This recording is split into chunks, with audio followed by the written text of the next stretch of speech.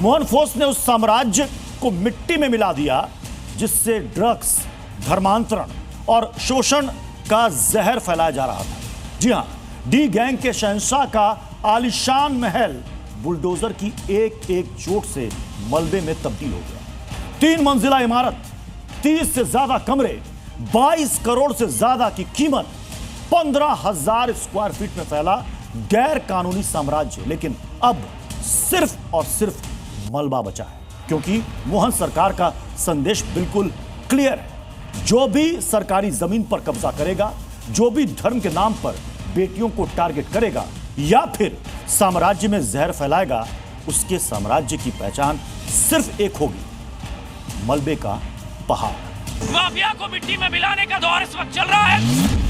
Mohan force की D gang पर bulldozer strike. Mohan सरकार के जो पीले पंजे हैं वो एक साथ गरज पड़े हैं। बुलडोजर एक्शन, ड्रग माफिया का पक्का हिसाब। ये तस्वीरें उस काले साम्राज्य की जहां से ड्रग और धर्मांतरण गैंग के सरगना ने आतंक और गंदे धंधे का कारोबार फैलाया था। लेकिन अब वो साम्राज्य मिट्टी में मिला दिया गया है।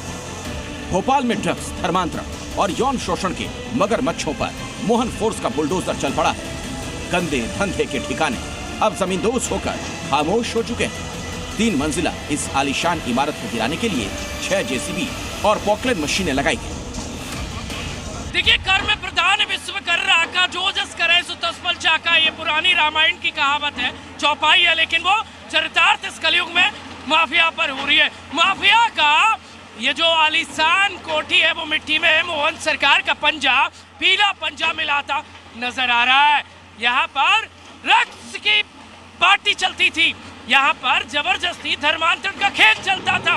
अब इसको मिट्टी में मिलाया जा रहा है। डी गैंग के जिस महल को मिट्टी में मिलाया गया, उसकी कीमत करीब 22 करोड़ रुपए बताई जाती है। 15,000 स्क्वायर फीट में बनी इस कोठी में 30 से ज्यादा कमरे थे। गैरेज, पार्क और बच्चों के लिए झूला घर तक बना रखा था। लेकिन पूरा निर्माण सरकारी जमीन पर खड़ा किया गया था। माफिया को मिट्टी में मिलाने का दौर इस वक्त चल रहा है। रजत दुबे एक्सक्लूसिव तस्वीरें दिखा रहे। माफिया को एक्सपोज किया था हमने, कैसे जमीन पर कब्जा करके सरकारी पर, बेशकीमती पर ऐसी आलीशान बिल्डिंग खड़ी कर दी। इन्हें ट्रॉफियां मिलती थी, भरभरा कर माफिया मिट्टी में मिलता नजर आ रहा है। मोहन सरकार के जो पीले पंजे हैं वो एक साथ गरज पड़े हैं। कुछ भी साफ नजर नहीं आ रहा है क्योंकि धूल उड़ रही है माफिया के इस आलीशान बिल्डिंग।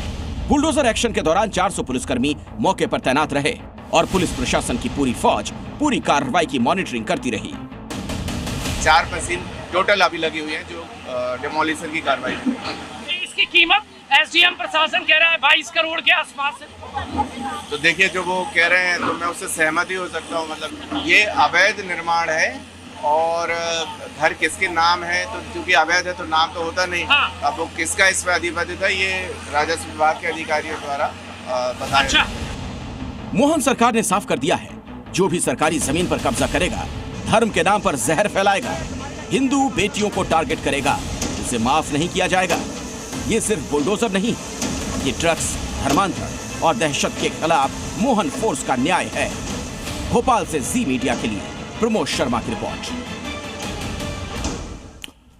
और अब आपको बताते हैं कि मछली परिवार यानी कि डी गैंग कैसे नशे से लेकर धर्मांतरण तक का खेल खेल रहा था। डी गैंग का स्टेप नंबर 1 समझिए। शावर और यासीन एमडी जैसे खतरनाक ड्रग्स को वेट लॉस की दवा बताकर कम उम्र के लड़के लड़कियों को बेचा करते थे। डी गैंग का स्टेप नंबर 2, जब शावर का शिकार ड्रग्स का आदी हो जाता था, लत लग जाती थी, तब खास तौर पर लड़कियों को टारगेट किया जाता था। नशे की हालत में उनकी अश्लील वीडियो और तस्वीरें खींच ली जाती थी। डी गैंग का स्टेप नंबर 3 कट्टरपंथी सोच की इंतहा थी। लड़कियों के अश्लील वीडियो के जरिए उन्हें ब्लैकमेल किया जाता था और धर्मांतरण की साजिश को अंजाम दिया जाता था। वाराणसी के दुर्गा कुंड इमामबाड़े की जमीन को लेकर विवाद शुरू हो गया है।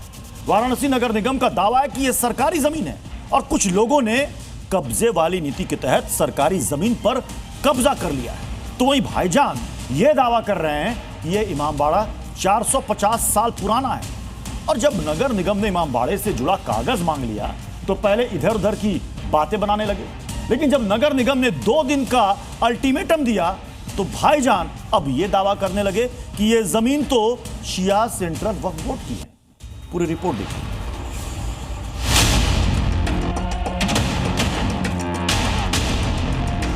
इमामबाड़ा वर्सेस दुर्गाकुंड, काशी में नया धर्म युद्ध। पेपर ना हुआ तो बुलडोजर कार्रवाई। वाराणसी के मर्दाना इमामबाड़े के भविष्य का फैसला आज होने वाला है। आज ये तय होगा कि इमामबाड़ा ही है या फिर किसी साजिश के इमारत। आज दावों से काम नहीं चलेगा, कागजों के जरिए ये साबित करना होगा कि ये इमामबाड़ा किसी मंदिर को तोड़कर या किसी सरकारी जमीन पर तो नहीं बना है। क्योंकि आज वाराणसी नगर निगम की दी गई मियाद पूरी हो रही है। क्योंकि वाराणसी के दुर्गाकुंड क्षेत्र में मर्दाना इमामबाड़ा को वाराणसी नगर निगम की तरफ से सरकारी संपत्ति होने का दावा किया गया है और वहां के कब्जेदारों को 48 घंटे का समय दिया गया है कि इस इमामबाड़े से संबंधित दस्तावेज को दिखाया जाए, नहीं तो यहां पर नगर निगम का अधिग्रहण होगा। नगर निगम की ओर से दुर्गाकुंड इमामबाड़ा को लेकर जारी नोटिस के मामले में मुस्लिम पक्ष ने नगर निगम में कागजात दिए हैं। इमामबाड़ा पक्ष की ओर से इसे शिया सेंट्रल वक्फ बोर्ड उत्तर प्रदेश की जमीन होने का दावा किया गया है। इस मामले में 35 वर्षों से कोर्ट में नगर निगम से मुकदमा चल रहा है। नगर निगम और इमामबाड़ा से जुड़े लोग अपने अपने दावे कर रहे हैं और इसी दावे की सच्चाई जानने के लिए जी न्यूज ग्राउंड पर पहुंचा। जी न्यूज से बात करते हुए इमामबाड़े के मुतवली ने कहा कि कल शाम को ही जमा कराए गए सारे कागजात। मुतवली ने कहा कि मुगल नवाब सिराजुद्दौला के समय से ही यहाँ है, लेकिन कुछ लोग जानबूझकर राजनीति और तुष्टीकरण कर रहे हैं। यहाँ के जो है राजनीतिक लोग हैं और जो माहौल चल रहा है उसकी वजह से जो है ये लोग जो है उसका फायदा उठाना चाहते हैं, सरकार को बदनाम करना चाहते हैं। पिछले दिनों नगर निगम की टीम कब्जा हटाने गई थी तो इसका भारी विरोध किया गया था, लेकिन अब इमामबाड़े के मुतवली ये आरोप लगा रहे हैं कि प्रशासन ने बिना नोटिस दिए सीधे उनकी जमीन पर कब्जे का प्रयास किया। डायरेक्ट वो आए थे यहाँ पे जो है अपनी बाड़बंदी करने के लिए। बीच की जो ज़मीन है जिसपे हमारे सारे रसूमात होते हैं, हमारे मुहर्रम के अरकान होते हैं, बहुत ज़्यादा भीड़ होती है, उसको ये जो है कैप्चर करके और राजनीति करना इसमें है तो उसमें। भाईजान और शिया सेंट्रल वक्फ बोर्ड के दावे से इतर इस इमामबाड़े की एक और कहानी है। हिंदू समुदाय के लोगों का दावा है कि पिछले 25 साल से यहाँ कब्जा शुरू हुआ है। पहले यहाँ धर्मशालाएं हुआ करती थी, लेकिन सोची समझी साजिश के तहत यहाँ पर कब्जा किया गया है। ये खुला हुआ था, इसको निर्माण अभी आप कैमरे में सबूत देख लिए कि ये जो है बाद में इसको निर्माण करके बंद किया गया है। दरवाजा इनका देखिए, इनका बगल में जो हाल है उसको देखिए, कुआं है उसको देखिए। ये 450 फुट अगर बनेगा तो एक तरीके का बनेगा ना। तार से पूरा रास्ता बंद कर दिया गया, पूरा खुला हुआ था। फिर उसके बाद ये किसने बंद किया?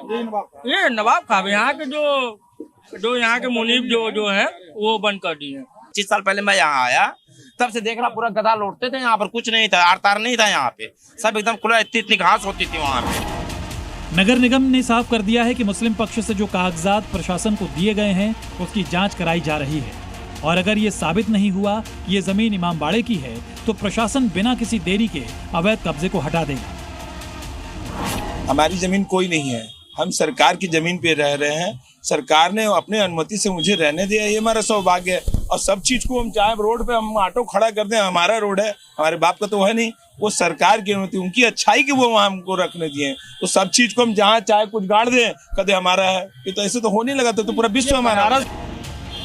सरकारी कागजों में दर्ज अभिलेख और स्थानीय लोगों की बातों से ये साफ होता है कि सोची समझी साजिश के तहत दुर्गाकुंड में इमामबाड़ा बनाकर जमीन कब्जाया गया है, जो जल्दी खाली होने वाली है। वाराणसी से जयपाल शर्मा के साथ ब्यूरो रिपोर्ट, जी मीडिया। खबर महाराष्ट्र की। यहां पर मंत्री नितेश राणे की मांग पर नया सियासी घमासान शुरू हो गया है। दरअसल मंत्री नितेश राणे चाहते हैं कि 25 अगस्त को पूरे प्रदेश में धूमधाम के साथ वराह जयंती मनाई जाए। इसके लिए उन्होंने मुख्यमंत्री देवेंद्र फडणवीस को पत्र भी लिख दिया है। साथ ही राणे ने पूछा है कि भगवान वराह की पूजा हिंदुस्तान में नहीं होगी तो क्या पाकिस्तान या बांग्लादेश में होगी, जिस पर कुछ भाईजान भड़क गए। भगवान विष्णु का वराह अवतार, महाराष्ट्र में वराह जयंती पर घमासान।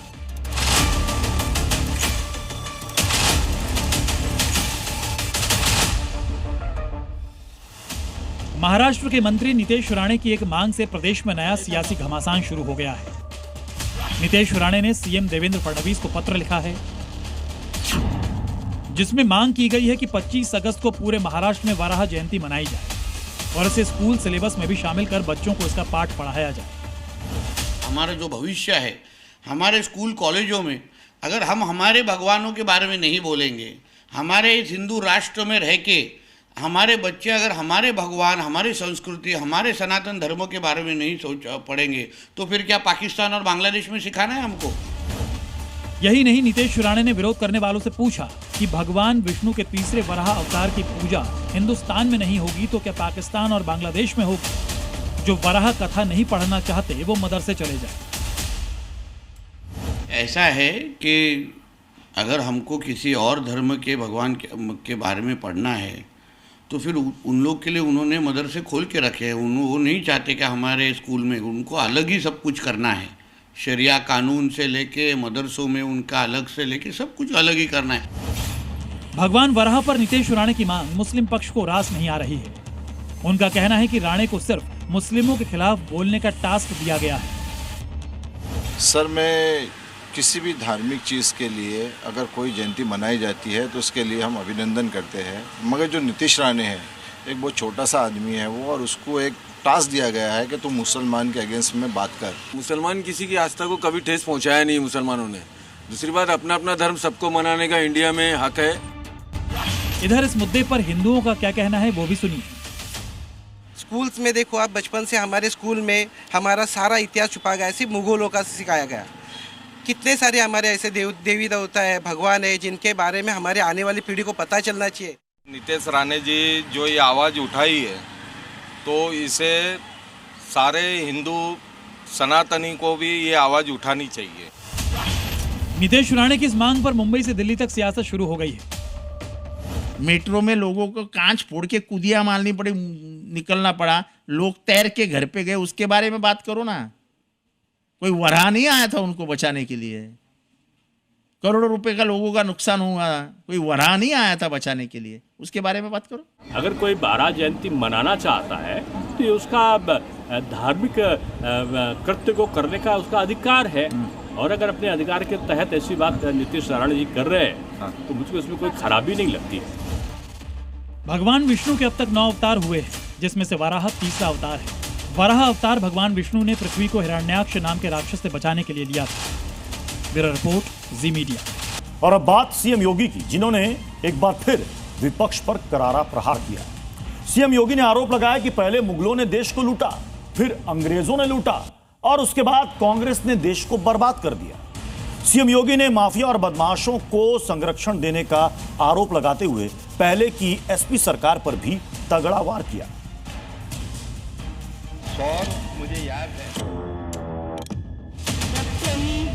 शोचन के लिए पधारे आदरणीय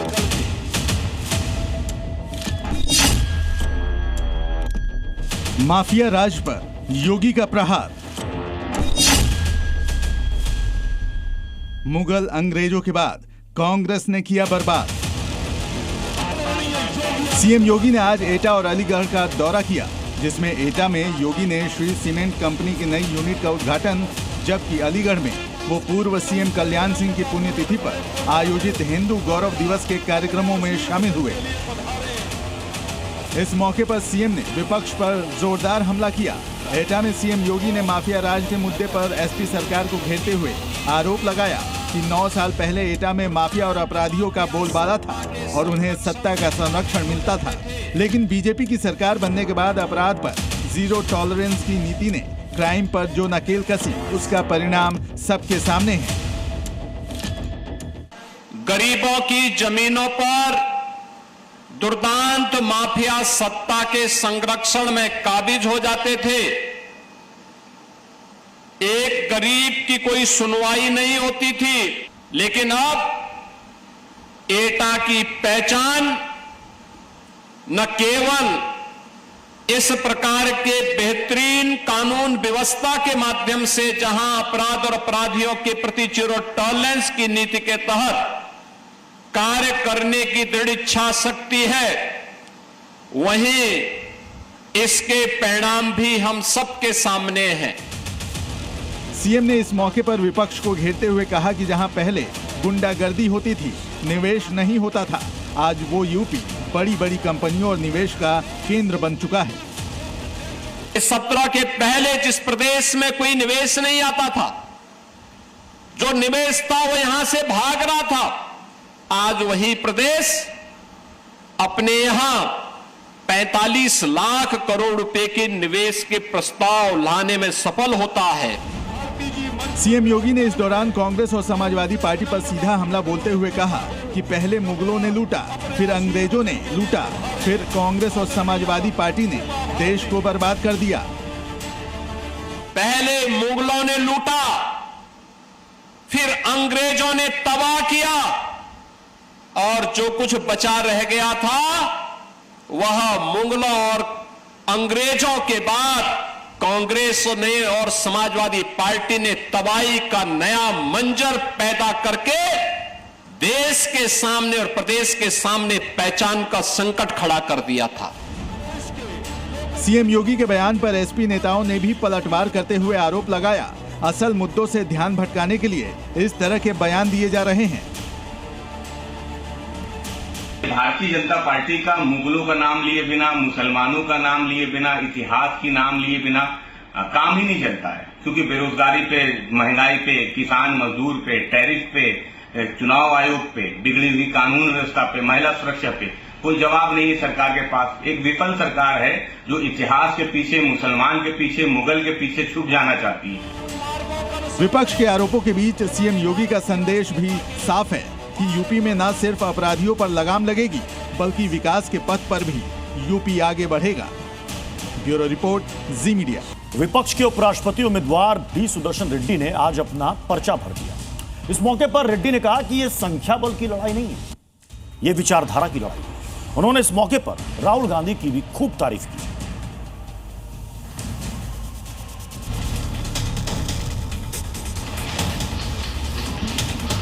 इंडिया ब्लॉक के उपराष्ट्रपति उम्मीदवार जस्टिस बी सुदर्शन रेड्डी ने उम्मीदवारी का पर्चा भरा और इसके साथ ही दक्षिण के दो दिग्गजों में जोर आजमाइश की लकीर भी खिंच गई। लेकिन उपराष्ट्रपति पद के चुनाव में असली लड़ाई दक्षिण की राजनीति को रणनीतिक हथियार बनाने की है। एक तरफ तमिल स्मिता की बात है तो दूसरी तरफ तेलुगु की। इस बीच विपक्षी खेमे के उम्मीदवार रेड्डी ने लोहिया के हवाले से और राहुल गांधी की तारीफ में बहुत बड़ी बात कही। रेड्डी ने कहा कि राहुल गांधी सड़कों को शांत नहीं रहने देते हैं। राम मनोहर लोहिया जी ने कहा था, जब सड़कें खामोश होती हैं तो सदन आवारा होता है। रेड्डी को अपना उम्मीदवार चुनते हुए इंडिया ब्लॉक ने पूरी एकजुटता दिखाई थी और नामांकन के वक्त भी तस्वीरें कुछ ऐसी ही दिखी। कांग्रेस समेत तमाम विपक्षी दलों के दिग्गज नेता इस खास मौके पर अपनी मौजूदगी दर्ज कराने आए थे। नामांकन से पहले रेड्डी संसद परिसर में महात्मा गांधी की मूर्ति पर गए और फूल चढ़ाए। उपराष्ट्रपति पद के लिए 9 सितंबर को वोटिंग होनी है। रेड्डी का मुकाबला एनडीए उम्मीदवार सीपी राधाकृष्णन से हो रहा है। ब्यूरो रिपोर्ट, जी मीडिया। अब खबर यूपी के बरेली से। यहां पर खाटू श्याम जागरण के दौरान दो गुट आपस में भिड़ गए। आरोप है कि मुस्लिम पक्ष के कुछ युवक पंडाल में घुसे और उन्होंने तोड़फोड़ शुरू कर दी। जब उनको रोका गया तो मारपीट पर उतर आए और मूर्ति तोड़ डाली। जागरण से भड़के भाईजान, पूजा पंडाल बना युद्ध का मैदान। ये तस्वीर यूपी के बरेली की है, जहां पर खाटू श्याम के जागरण के दौरान दो पक्षों में जमकर हंगामा हो गया और मारपीट हुई। मारपीट से महिलाओं और बच्चों में अफरा तफरी मच गई। कट्टरपंथियों ने सिर्फ मारपीट ही नहीं बल्कि पंडाल फाड़कर मूर्ति भी खंडित कर डाली। का ये घर है और यही वो गली है जहां पर कल रात को जो है जागरण हो रहा था और यहाँ पर जो है पंडाल लगाया गया था और यहीं पे खाटू श्याम की तस्वीर लगाई गई थी और उसके बिल्कुल सामने ये देखिए, ये जो है ये विशाल का घर है। यहाँ पर विशाल का परिवार जो था यहाँ पर जागरण कर रहा था और अचानक से हसन आता है और वो पहले तो यहाँ पे जो पंखे लगे थे उनको तोड़ता है। वो जब रोकथाम करते हैं, उसके विरोध करते हैं तो आके उन्हें पंडाल गिरा दिया। शाहबाद में जागरण घर के बाहर ही चल रहा था। आरोप है कि इस दौरान सामने ही रहने वाले मुस्लिम युवक फैजान और हसन ने अचानक पंडाल में घुसकर हमला कर दिया, जिसमें कई लोग घायल हो गए। खाटू श्याम जी का कीर्तन हम करा रहे थे यहाँ पे, उसके बाद अचानक से पता नहीं हमारा सब कुछ सही तरीके से निपट रहा था प्रोग्राम उसके बाद अचानक से ये आया हसन, आके इधर पंखा फेंका उन्होंने पहले, उसके बाद फिर सब टेंट वेंट सब उखाड़ना चालू कर दिया और खाटू श्याम जी का जहाँ स्थान लगा था वो स्थान भी क्या नाम है तोड़ फोड़ तहस नहस कर दिया उन्होंने। अब उसके बाद फिर हम लोगों पे कम से कम तो 50-60 लोगों ने अचानक से हमला कर दिया, हमारे घर की माता को, बहनों को और बच्चों को भी मारा है। मामला अलग अलग समुदाय से जुड़े होने की वजह से हालात तनावपूर्ण हो गए। आनन फानन में पुलिस फोर्स मौके पर पहुंची और किसी तरह मामले को शांत करवाया गया। थाना पुलिस तत्काल मौके पर पहुंची 112 की सूचना के बाद, और यहाँ पुलिस पिकेट लगा दी गई है और इनसे तहरीर प्राप्त कर जो भी इनकी तरफ से तहरीर प्राप्त होगी उस पर मुकदमा पंजीकृत कर आवश्यक विधिक कार्रवाई अमल में लाई जाएगी। अब दोनों पक्ष एक दूसरे पर आरोप लगा रहे हैं, लेकिन सबसे बड़ा सवाल ये है कि आखिर कट्टरपंथी कब तक सामाजिक सौहार्द बिगाड़ते रहेंगे। बरेली से जी मीडिया के लिए अजय कश्यप की रिपोर्ट। और अब बात करते हैं प्रेमानंद महाराज की, जिनको लेकर तमाम लोग विवादित बयान दे रहे हैं और उन्हें धमकियां दे रहे हैं। लेकिन अब उनको धमकी देने वालों के खिलाफ एक गैंगस्टर सामने आया। गोल्डी बरार गैंग से जुड़े गैंगस्टर रोहित गोदारा ने सोशल मीडिया के जरिए प्रेमानंद महाराज का समर्थन किया और धमकी दी है कि अगर प्रेमानंद महाराज का अपमान किसी ने किया तो उसे बड़ी कीमत चुकानी होगी। प्रेमानंद महाराज को दी धमकी तो गैंगस्टर करेगा हिसाब। साधु संतों के सम्मान में गैंगस्टर मैदान में। गैंगस्टर रोहित गोदारा, जो अपराध की दुनिया के सबसे कुख्यात नामों में से एक है, दिल्ली, हरियाणा और पंजाब के मोस्ट वांटेड गैंगस्टर के लिस्ट में लॉरेंस बिश्नोई के बाद किसी का नाम आता है तो वो है रोहित गोदारा। ऐसा कहा जाता है कि जिसे भी गोदारा की धमकी मिली तो समझो कि उसका काम भारी होना तय है। लेकिन इस बार रोहित गोदारा के निशाने पर कुछ खास लोग हैं। इस बार रोहित गोदारा ने आध्यात्मिक गुरु और प्रवचनकर्ता प्रेमानंद महाराज के प्रति अपनी अगाध श्रद्धा जाहिर की और उनके समर्थन का ऐलान किया है। तो ये माना जा रहा है कि खौफनाक गैंगस्टर अब भगवा के सम्मान में मैदान में उतरने वाला है। गैंगस्टर रोहित गोदारा ने प्रेमानंद महाराज को बदनाम करने वालों को कड़ी चेतावनी दे दी है। रोहित गोदारा ने चेतावनी देते हुए साफ कह दिया है कि अगर किसी ने प्रेमानंद महाराज को धमकी दी तो वो हाल होगा जिसकी कल्पना भी नहीं कर सकते। अब आप सोच रहे होंगे कि आखिर ऐसा क्या हो गया जो गैंगस्टर अचानक से अधर्म की राह को छोड़कर धर्म की राह पर आने लगा। तो अब आपको इस हृदय परिवर्तन की वजह भी बताते हैं कि आखिर किस बात पर यह गैंगस्टर इतना बौखलाया हुआ है। दरअसल प्रेमानंद महाराज के हाल ही में दिए बयान पर बड़ा विवाद हुआ, जिसमें उन्होंने लड़कियों और युवाओं पर टिप्पणी की थी। इसके बाद प्रेमानंद महाराज को 31 जुलाई को धमकी मिली थी, जिसमें प्रेमानंद महाराज का गला काटने तक की बात कही गई थी। इसके बाद गैंगस्टर गोदारा इस पर भड़क गया। रोहित गोदारा ने अपनी पोस्ट में कहा है कि पूज्य प्रेमानंद जी महाराज को सनातन धर्म के लिए निशाना बनाया जा रहा है। समाज के ये चंद लोग उन्हें जान से मारने की धमकी दे रहे हैं, उन्हें बदनाम करने की कोशिश कर रहे हैं। तो ये हमारी खुली चुनौती है। अगर पूज्य संतों को समय रहते न्याय नहीं मिला तो हम वो समय लाएंगे जिसकी सरकार और प्रशासन और कुछ दर्शक राजनेता कल्पना भी नहीं कर सकते। इतना ही नहीं, गैंगस्टर ने बॉलीवुड को भी धमकी दी है। लिखा है, ये नाच बॉलीवुड में चल रहा है, कोई इसे देख नहीं रहा। अगर कदम उठाने ही हैं तो बॉलीवुड के इस नाच को रोकने के लिए कदम उठाओ। अब हम बॉलीवुड के इस नाच का अंत करेंगे और हमारी बहन बेटियों का कत्लेआम करने वाले दुष्ट लोगों का अंत करेंगे और हमारे संतों को निशाना बनाने वालों का अंत करेंगे। रोहित गोदारा गोल्डी बराड़ गैंग का करीबी सहयोगी माना जाता है और वो सिद्धू मूसेवाला से लेकर सलमान खान के घर पर फायरिंग तक के मामले में आरोपी है। ब्यूरो रिपोर्ट, जी मीडिया। दिल्ली की मुख्यमंत्री रेखा गुप्ता पर हुए हमले की गुत्थी उलझती जा रही है। हर रोज नए नए खुलासे सामने आ रहे हैं और अब इस केस में एक चौंकाने वाला काल भैरव कनेक्शन भी सामने आ गया है। आरोपी ने पुलिस की पूछताछ में अजीबोगरीब दावा किया है। उसका कहना है कि उसे सपने में काल भैरव के दर्शन हुए और वही उसे दिल्ली लेकर आए। लेकिन पुलिस का यह कहना है कि यह सिर्फ एक मनगढ़ंत कहानी है ताकि जांच को गुमराह किया जा सके।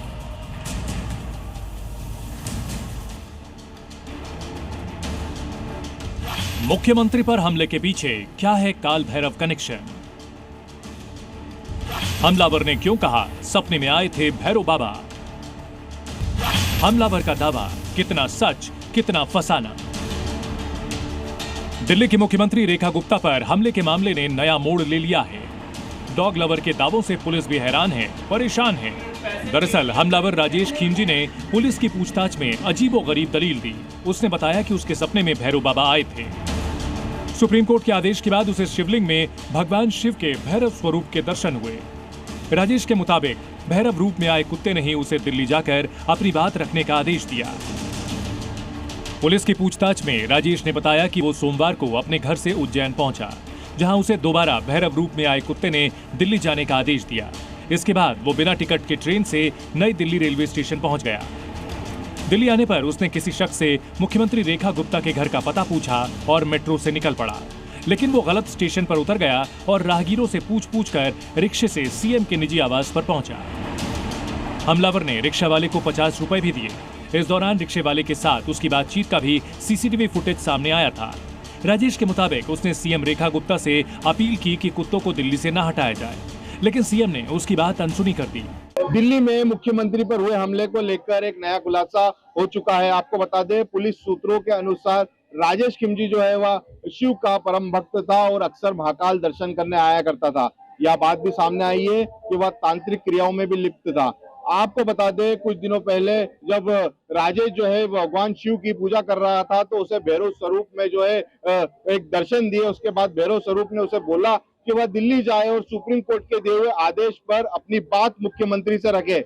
इसके बाद वह सोमवार को उज्जैन पहुंचा और बिगड़ टिकट के ही जो है यहाँ से दिल्ली के लिए रवाना हो गया। इसके बाद उसने अपनी पूरी घटना को अंजाम दिया। इसके बाद उसने सीएम पर हमला कर दिया। पुलिस के मुताबिक राजेश ऐसी बातें करके जांच को भटकाने की कोशिश कर रहा है। हालांकि मान्यताओं के मुताबिक सपने में काल भैरव का दिखना आमतौर पर शुभ माना जाता है। ये दर्शाता है कि भगवान शिव के इस रूप का आशीर्वाद प्राप्त होगा और वे प्रसन्न हैं। अगर हमलावर का दावा सही है तो उसे इस सपने ने सलाखों के पीछे पहुंचा दिया है। फिलहाल पुलिस हर एंगल से जांच में जुटी है। ब्यूरो रिपोर्ट, जी मीडिया। मध्य प्रदेश की राजधानी भोपाल की 2 मस्जिदों को लेकर विवाद गहराता जा रहा है। एनजीटी ने इन मस्जिदों को अवैध बता दिया, जिसके बाद इन मस्जिदों को हटाने के लिए जिला प्रशासन ने मस्जिद पर नोटिस लगा दिया, जिससे भाईजान बेहद नाराज हो गए और धमकी देने लगे और कहने लगे कि सैकड़ों साल पुराने इन मस्जिदों पर वो किसी भी सूरत में आंच नहीं आने देंगे।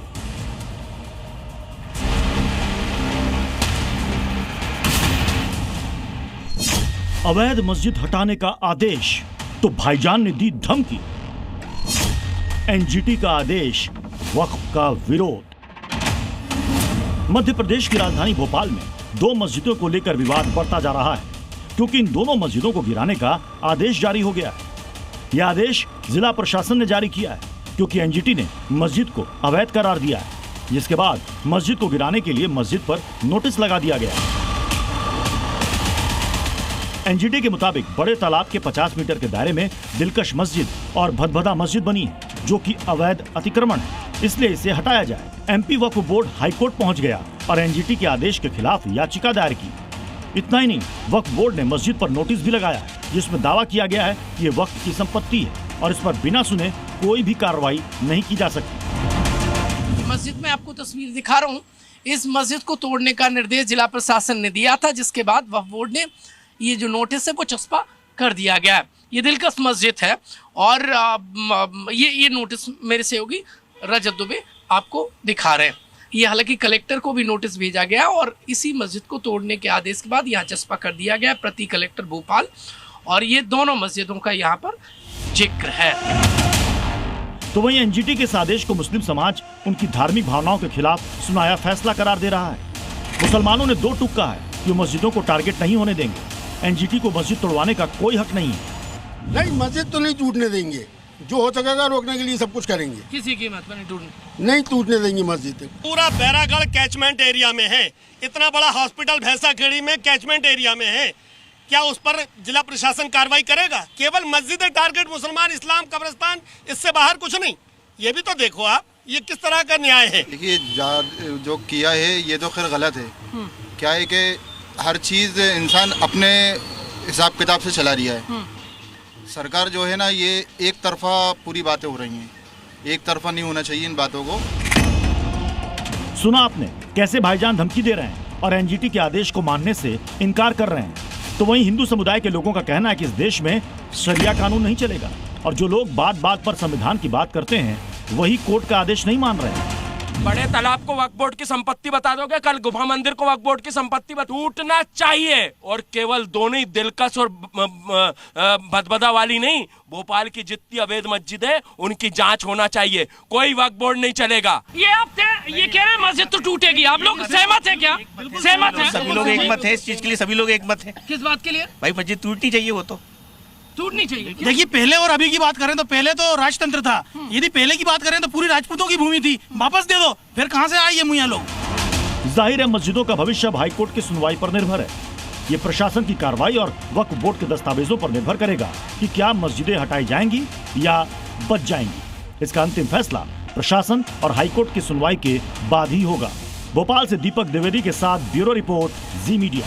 ऑनलाइन गेमिंग की आड़ में कैसे सट्टेबाजी का साम्राज्य खड़ा किया गया और कैसे संभल से लेकर दुबई तक फैला ये काला कारोबार, ये खुलासा किसी फिल्मी स्क्रिप्ट से कम नहीं।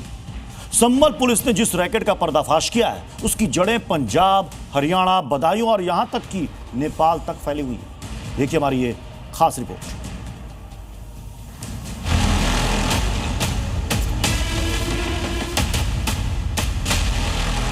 इस तरीके का ये मुझे लगता है कई 100 करोड़ का घोटाला है। संभल टू दुबई तक तार, 100 करोड़ का सट्टा कारोबार।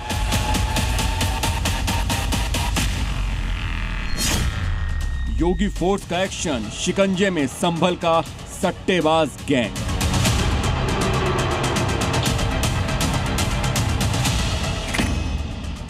संभल में ऑनलाइन गेमिंग की आड़ में सट्टेबाजी का खेल का पर्दाफाश हुआ है।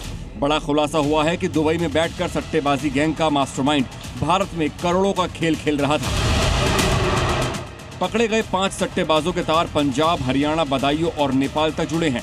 संभल पुलिस ने ऑनलाइन सट्टेबाजी के उस सिंडिकेट का चेहरा बेनकाब कर दिया है जो पिछले 2 सालों से दूसरों के बैंक खातों से करोड़ों का लेन देन कर रहा था। इस तरीके की 500 फ्रेंचाइजी लगभग देश के अंदर विभिन्न लोगों के द्वारा अवैध रूप से संचालित की जा रही है। इस एक फ्रेंचाइजी का प्रति वर्ष प्रति माह जो टर्नओवर है, प्रॉफिट है, वो 70 लाख रुपए के आसपास है और साल के अंदर 8 से 8.5 करोड़ रुपए का प्रॉफिट ये एक फ्रेंचाइजी जनरेट करती है, जो कि इनोसेंट लोगों से गेमिंग के माध्यम से पैसे उनके खाते में क्रेडिट करवाते हैं। ये कहानी शुरू होती है चंदौसी के दीनदयाल और उसकी पत्नी से, जिन्होंने बैंक से सिर्फ 10,000 का लोन लिया था, लेकिन अचानक उनके खाते में 3 करोड़ 25 लाख रुपए आ गए। फिर इनकम टैक्स का नोटिस आया। जब मामला पुलिस तक पहुंचा तो सट्टेबाजी के रैकेट की पोल खुल गई। गिरफ्तार किए गए सट्टेबाजी गैंग के गुर्गों के पास से 183 chequebook, 40 debit card, 17 QR scanner और 21 मोबाइल फोन बरामद किए गए हैं, जिससे ये साफ हो गया है कि सट्टेबाजी का ये नेटवर्क कितनी संगठित तरीके से चल रहा था। संभल पुलिस के मुताबिक इस सट्टेबाजी गैंग ने अब तक करोड़ों की ठगी की है और हवाला नेटवर्क के जरिए गरीबों की गाड़ी कमाई दुबई में बैठे मास्टरमाइंड तक पहुंचा चुका है। अब जरा ये समझिए कि आखिर ये गैंग ऑपरेट कैसे करता था। जंबो 365 वेबसाइट के जरिए ऑनलाइन सट्टेबाजी का खेल चल रहा था। इस पूरे खेल को दुबई में बैठा मास्टरमाइंड ऑपरेट करता है। भारत में बैठे एजेंट्स फर्जी अकाउंट्स और भोले भाले लोगों के बैंक खातों का इस्तेमाल करते रहे। संभल में 2 साल में 16 करोड़ रुपए का लेन देन इसी तरीके से किया गया।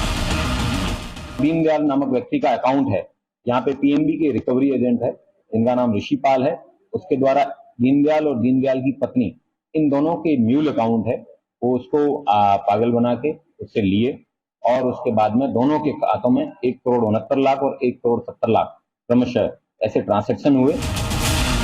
संसद में जैसे ही ऑनलाइन गेमिंग की आड़ में सट्टेबाजी पर रोक का बिल पास हुआ, वैसे ही संभल पुलिस की इस कार्रवाई ने साफ कर दिया है कि अब योगी फोर्स ऐसे रैकेट्स को छोड़ने वाली नहीं है।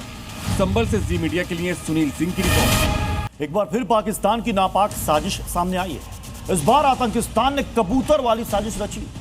सुरक्षा एजेंसियों ने एक ऐसे कबूतर को पकड़ा है जिसके पंजों में एक धमकी वाला पर्चा था और जिसमें जम्मू तवी रेलवे स्टेशन को उड़ाने की धमकी थी, जिसके बाद सुरक्षा एजेंसी अलर्ट है और घाटी में चौकसी बढ़ा दी है। पाकिस्तान की कबूतर वाली साजिश, जम्मू तवी रेलवे स्टेशन उड़ाने की धमकी। ऑपरेशन सिंदूर में मुंह की खाने के बाद भी पाकिस्तान है कि अपनी हरकतों से बाज नहीं आ रहा है। एक बार फिर से पाकिस्तान की नापाक साजिश सामने आई है।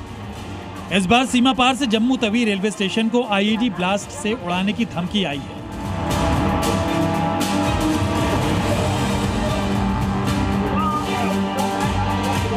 जम्मू से करीब 40 किलोमीटर दूर भारत पाकिस्तान बॉर्डर पर सीमा सुरक्षा बल ने पाकिस्तान की नापाक हरकत का पर्दाफाश किया है।